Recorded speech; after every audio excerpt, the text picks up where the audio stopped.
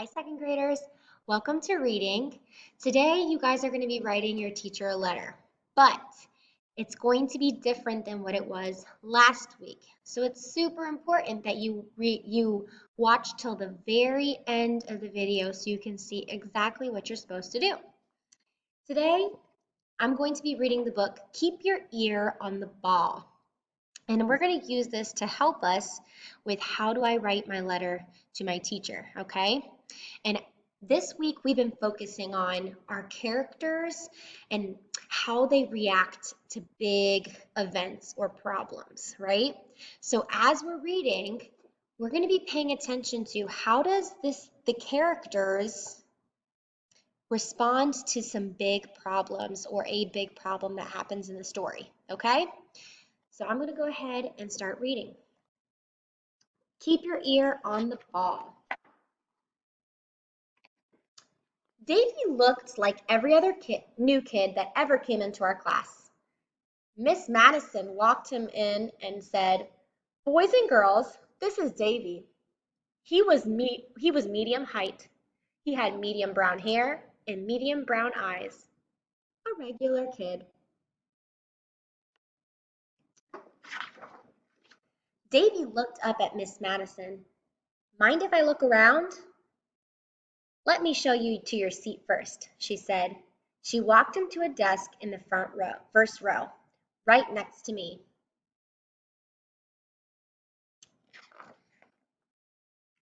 Davy dropped his book bag on his desk and walked back to the door. We all watched as he touched the door frame and the teacher's desk. Then he walked along the bookshelf that went to the back of the room. He ran his hand over the writer's center and touched the coat-room doors, the fishbowl, and the library shelf. He followed the front blackboard till he got to his own row and sat in his seat, moving his book bag to the floor under his desk. So he's going around and he's touching all these different things in the classroom. He turned to me and said, "It's awfully quiet. Is everybody staring? I'm blind. I'm not an alien." That's how we met Davy.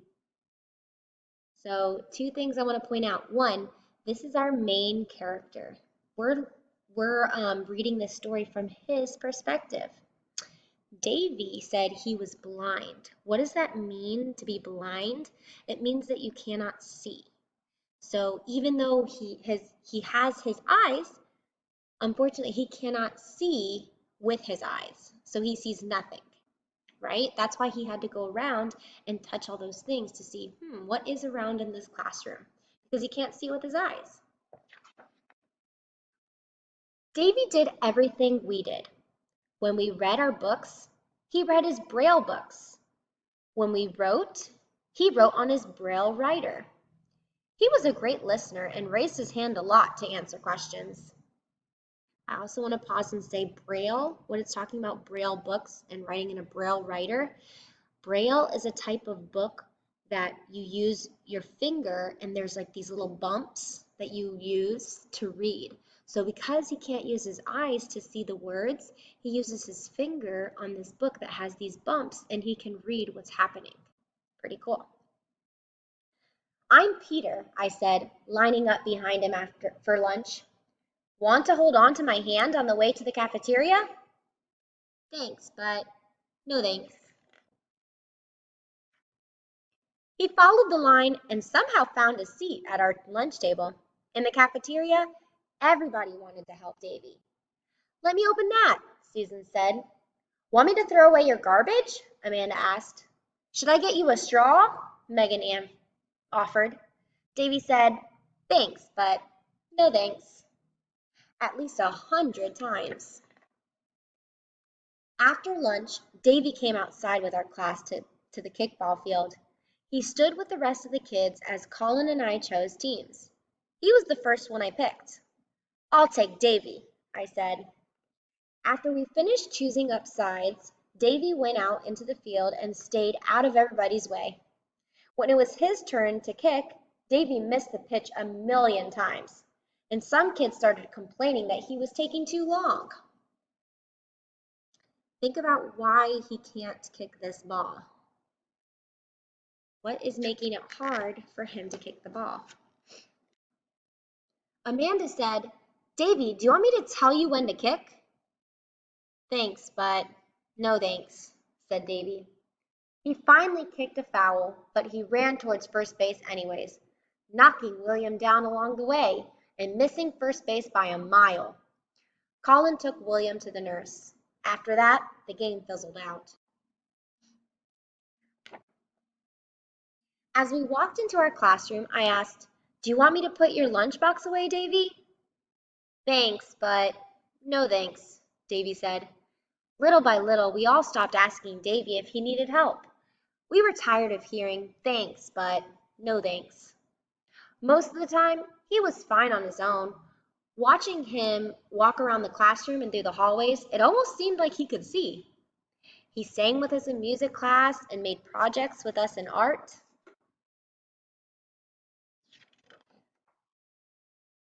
But on the playground, it was a different story. "Can I kick for you, Davy?" Jason asked after watching Davy miss his first 10 kicks. "Thanks, but no thanks," Davy said. "I can hold your hand when you run," Amanda suggested. "Thanks, but no thanks." After a while, neither captain wanted Davy on his or her team. "You take him," Daniel whispered as Davy stood on the sidelines. "I had him yesterday," Amanda whispered back. "You take him." Davy settled it. "I'm blind, I'm not deaf," he said. He stormed across the playground and sat on the steps near the door. So he basically is saying, "I heard you guys. Just because I can't see doesn't mean I can't hear." "Now look what you did," Amanda said. "You're mean." "Why won't he let us help him?" Colin said. "He can't see the ball. He can't see the bases. And he won't let us do anything for him." "I told him I would kick for him," Jason said. "I offered to hold his hand and run with him," Amanda said. "Wait a minute, guys," I said. "That's it. He doesn't want us to do things for him. He wants to be able to do things for himself." "He can't see," Colin said. How can he play kickball? How can he do anything?" "He hears and he feels," I said. "He does everything by sound and touch. I have an idea." The next day, we ate lunch fast, eager to get outside. Colin picked Davy first on his team. When Davy got up to kick, we were ready. Amanda blew a whistle, everybody stopped talking and stood still. Before I pitched, I called, "Here it comes, Davy. Keep your ear on the ball." I bounced the pitch, and in the silence, we could clearly hear what Davy heard as the ball headed his way. Think about what sound you would hear if you roll a ball and it's completely silent. We all wanted to yell when he kicked it, but we didn't. William was standing behind first base. "First base, Davy!" he called. "First base! First base!" Davy ran straight towards his voice, and he knew from the sound when to stop.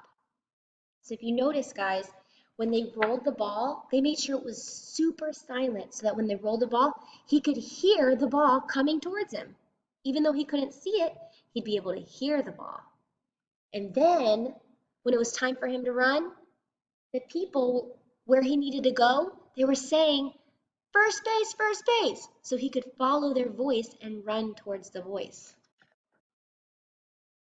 When Davy was safe at first, William moved to second base, and we all yelled and cheered like we just won the World Series, till Amanda blew the whistle.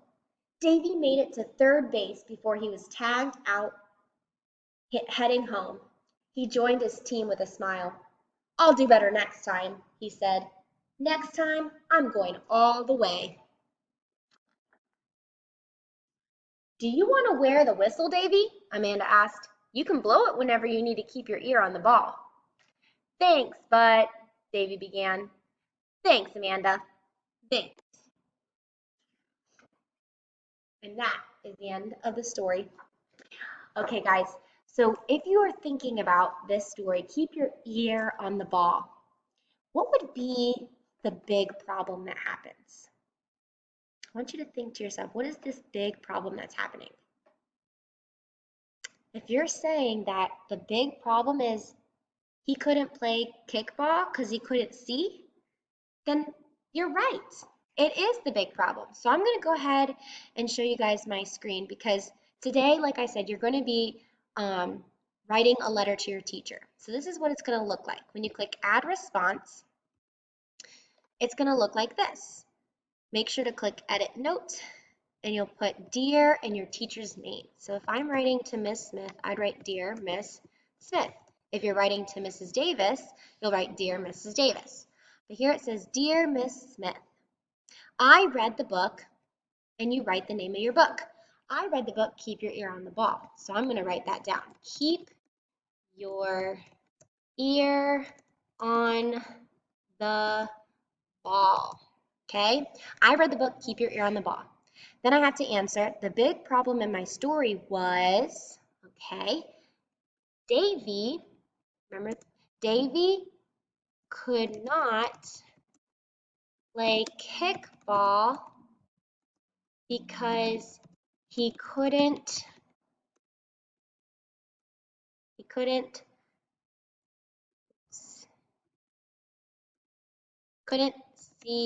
the ball or the base to know where to run. Okay, so here we have it.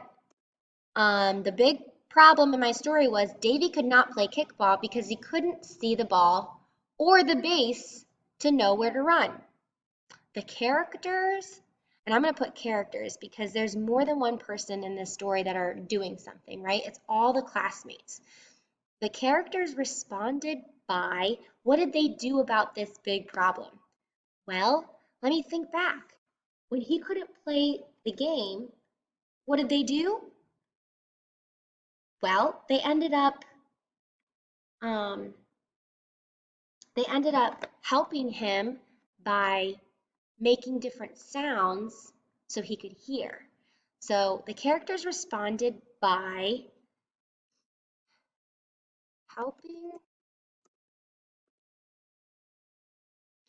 helping Davy hear different sounds so he could play the game. Okay, and then I have to end by saying who it's from, and I'll put from Mrs. Davis, okay? So here I have my 4 parts. I have who it's to, Dear Miss Smith. I have what book I read. I read the book, Keep Your Ear on the Ball. I said what my big problem was in my story. My big problem was that Davy could not play kickball because he couldn't see the ball or the base to know where to run. Then I told, how did my character respond? Well, the characters responded by helping Davy hear different sounds so he could play the game. And then, sorry, there's one last part, which is saying who the letter is from. So you say from, and then your name, which I put Mrs. Davis. So now it is your turn. You guys are going to go ahead and read for 20 minutes. When you are done, you are going to pick one book that you read, and you're going to write a letter to your teacher telling her what book you read, what was this big problem or event that happened in your story, and how did your character respond or react? So go ahead and do that. If you need help, you can rewatch my video to see how do I do this? Well, what am I supposed to put where? Okay, guys?